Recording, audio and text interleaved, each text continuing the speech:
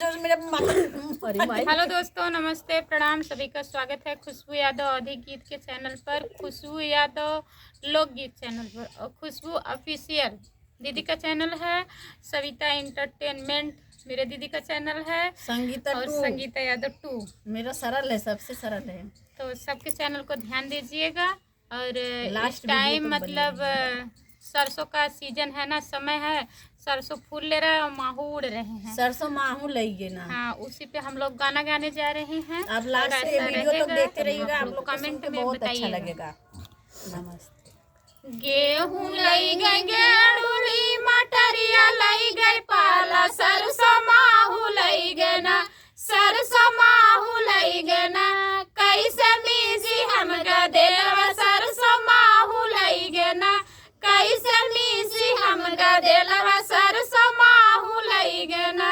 सास मारा मारवा, ससुर तनवा मारे, तनवा वो नहु मारे ना, तनवा वो नहु मारे ना, जेकर सतवा सिंदूर दनवा, तनवा वो नहु मारे ना, जेकर सतवा सिंदूर दनवा, तनवा वो नहु मारे ना। गेहूं लई गए गेड़ूरी, मटरिया लई गए माला, सरसों माहू लई गए ना, सरसों माहू लई गए ना, कैसे मीसी हम देलवा, सरसों माहू लई गए ना, कैसे मीसी हम देलवा, सरसों माहू लई गए ना।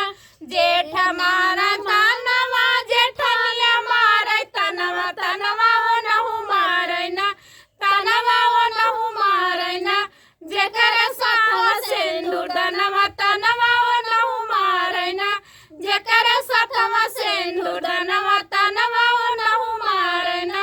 गेहूं लई गई गेड़ूरी, मटरिया लई गई पाला, सरसों माहू लई गए ना, सरसों माहू लई गए ना, कैसे मीसी हम देलवा, सरसों माहू लई गए ना, कैसे मीसी हम देलवा, सरसों माहू लई गए ना।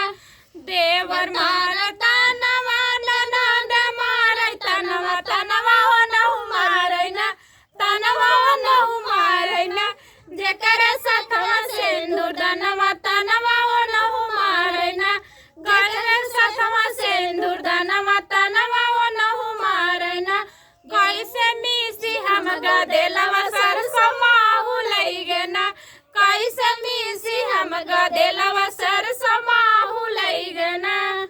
लइए। नमस्ते, प्रणाम।